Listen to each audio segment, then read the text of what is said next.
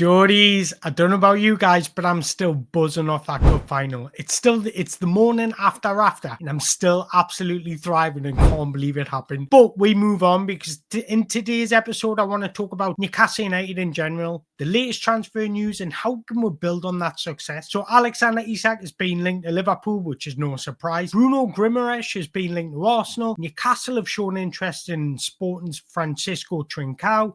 But I want to talk about why it's important to raise the floor rather than the ceiling in Newcastle United, and the importance on squad building and just qualifying for Europa Champions League in general. But I want to start by Liverpool because it's actually annoyed me. The media will do media things, right? Alexander Isak will get linked to clubs throughout the summer, even building up to the summer. That's no surprise because the media, especially during the international break, needs something to talk about. So I'm not surprised by the media linking Alexander Isak to Liverpool because Liverpool need a striker. We've got the best striker in the world, so it just makes sense. But Liverpool have clearly made it known that they want to sign Alexander Isak. On their official club website, Liverpool posted a headline saying Liverpool make contact over Alexander Isak transfer as fresh claims made. And then in small print underneath, it says this story has been reproduced from the media. It does not necessarily represent the position of Liverpool Football Club. I'm sorry, but that is absolutely disrespectful to Newcastle United. Who does that as an official club? Link themselves to other clubs' players. It's so disrespectful and classless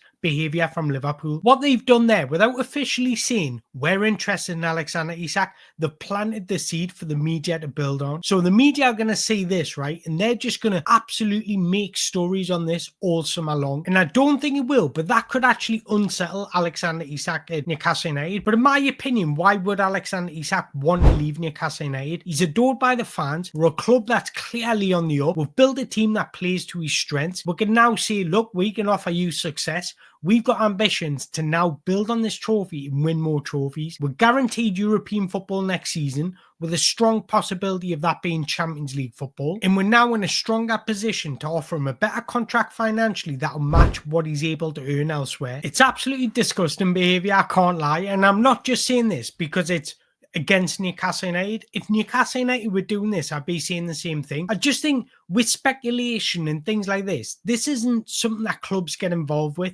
especially on their official website. It's classless, it's a lack of respect, and to be honest, Liverpool Football Club should know better than this. But I move on because Bruno Guimarães has apparently agreed a deal in principle to sign with Arsenal. Again, the media will do media things. They'll put eye-catching headlines out there to grab your attention, which I understand, but this is absolute nonsense. It's the media just trying to unsettle the player once again. Look, I'm not surprised that Arsenal have been linked with Bruno because, in my opinion, he's better than any of their midfielders, so I'm really not surprised by it. But Newcastle United don't need the money, and the reason why I don't think he's agreed anything in principle is because we'd hear from it. Arsenal are not allowed to go directly to Bruno Guimarães without going through Newcastle United. And if they went through Newcastle United, we'd hear from Sky Sports News and everywhere that Arsenal have opened talks to sign Bruno Guimarães. We haven't heard any of that. We've just heard he's agreed a deal in principle. It's absolute nonsense. And yes, it's eye-catching, it's engaging, and that's exactly what the media want. But I'll say it again, Newcastle United don't need the money. We'll build a starting 11 to compete with the best in Europe. Bruno Guimarães is one of them. And another reason why I don't think it'll happen is because Arsenal clearly need a striker in the summer window. So all their focus and all their money that is available will probably go on the striker front. So they need to find different avenues and different ways of bringing in midfielders at low costs. And Martin Zubimendi has been linked to Arsenal throughout numerous transfer windows. He's got a release clause of 51 million. If they want to sign Bruno Guimarães, he's going to cost almost double than 51 million. And that's another reason why I can't see Arsenal signing Guimarães, because they're not going to spend 70-80 million on a striker and then 70-80 million on Bruno Guimarães. And again, I just can't see Bruno wanting to leave Newcastle United right now, especially if we qualify for at least Europa League football. I think if we qualify for Europa League football, Alexander Isak will stay, Bruno will stay, because we've got no reason to sell them. We don't need to sell them, because even if you might say we need to sell them PSR rules, that's not right, because if we sell Bruno, we're going to have to spend the money we bring in to replace him, get the enough quality to replace him. So then we're still at square one. So why don't we just keep Bruno Does that make sense? And again, now that we've won the trophy, we can see we've got ambitions to compete with Arsenal. We're making steps to bridge the gap between us and Arsenal. And that's exactly what we're doing. If we're qualified for Champions League football, that's going to bring in more revenue, and then we're going to sign better players, and it all has a knock-on effect. And that's the vision. That's the story we can sell to Bruno. And I think, look back at Bruno's interview. If you haven't watched Bruno's interview after the cup final, then you need to, because that's a guy that tells me he loves playing in black and white. So I just can't see him going anywhere. But we do need incomings, and Newcastle United are watching, apparently, Francisco Trincão from Sporting. Now, if you remember, Francisco Trincão had a recent loan spell at Wolves in 2021. Didn't go according to plan. He made 30 appearances, scoring 3 goals, providing 1 assist. He started 16 games out of those 30 appearances. Wolves actually had an option to buy for 45 million. They chose not to do it. I understand why they chose not to do it, but it doesn't mean he can't play in the Premier League. He was very young at the time. He was very inexperienced. Now he's matured. He's matured his game. He's matured off the pitch, and he's got a lot more experience. So I'm not surprised to see us linked with this boy, because he's been tremendous for Sporting throughout this season. One thing I will say is Jacob Murphy's actually been surprising this season. The one thing I love about Jacob Murphy is he might not be the best name on paper, but the first thing he thinks about when he receives a ball is, how can I create for Alexander Isak? How can I find Alexander Isak with a pass? That's his very first thought. It's incredibly unselfish, and it's no surprise why he's got the most assists to one player in the Premier League this season. But right wing is an area we definitely need more strength. We've got William Masula, who can play out there, and I personally think he's got wonderful tools, but he just lacks the consistency and experience. Eddie Howe has got a proven track record that he can improve players, so I do think William Masula will get there, but at the minute it's just too soon and too sudden to rely on him. I don't know how true this rumour is, but Trincao is definitely beginning to show his potential at Sporting. He had such a high ceiling when he was coming through at youth level at Braga, and that is exactly why Barcelona signed him. They loaned him out to Wolves. It didn't really work out. He couldn't find his feet at Wolves. Went back to Barca. He struggled to get in the side. Then Sporting signed him and give him an opportunity, give him a run of games, and he's found his feet at Sporting, and he's been absolutely terrific for them. Is he the missing piece? Well, he would definitely bring European experience, because that's what he's doing at Sporting. He's a proficient dribbler. He's got a wonderful step count when he's dribbling. He's got pace. He's got acceleration. He's agile. He's a transition threat, which is brilliant for Newcastle United system. He's a final third threat. He's a two-way dribbler. He can go both ways. He excels in one-on-one situations. He's a creator, and he's a wide winger who likes to drift inside and contribute and combine with teammates. That'll actually suit Alexander Isak, because if you watch Alexander Isak, he likes to drift out wide. So having that interchangeable bodies will actually work, because it causes confusion and misshapes the opposition's deep block. But he's provided 24 goals and assists in 43 games for Sporting this season. That's more than Anthony Gordon, Jacob Murphy, and Harvey Barnes. Yes, there's a disparity in league, so you've got to remember that, but he's still producing the numbers. And this isn't me saying he's a finished article, because he's definitely not, and there's definitely a lot of rawness to him. But there's tools to work with, and that's exactly what Eddie Howe likes. And what else Eddie Howe likes is people with English Premier League experience.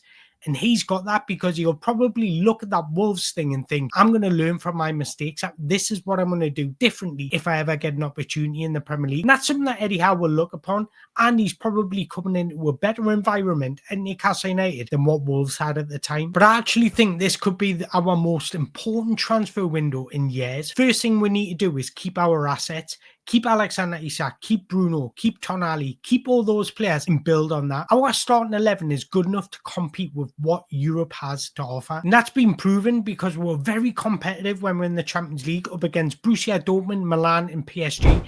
And we'll do very well against top sides. We've beaten Arsenal 3 times this season. We've beaten Tottenham away. We've beaten Man United away. We've beaten Liverpool. So we can compete with the best. But the thing is, with PSR restrictions, we can't just go out and spend 300 and 400 million. I probably wouldn't even want to do that either. It's not about how much you sign. It's about what you do with the money. You've got to think, I haven't signed a first team member in 3 windows, so there's going to be money to spend. Now, the reason why I say it's raising the floor rather than the ceiling is because our ceiling is already quite high. And what I'm putting in the category as a ceiling is our starting 11.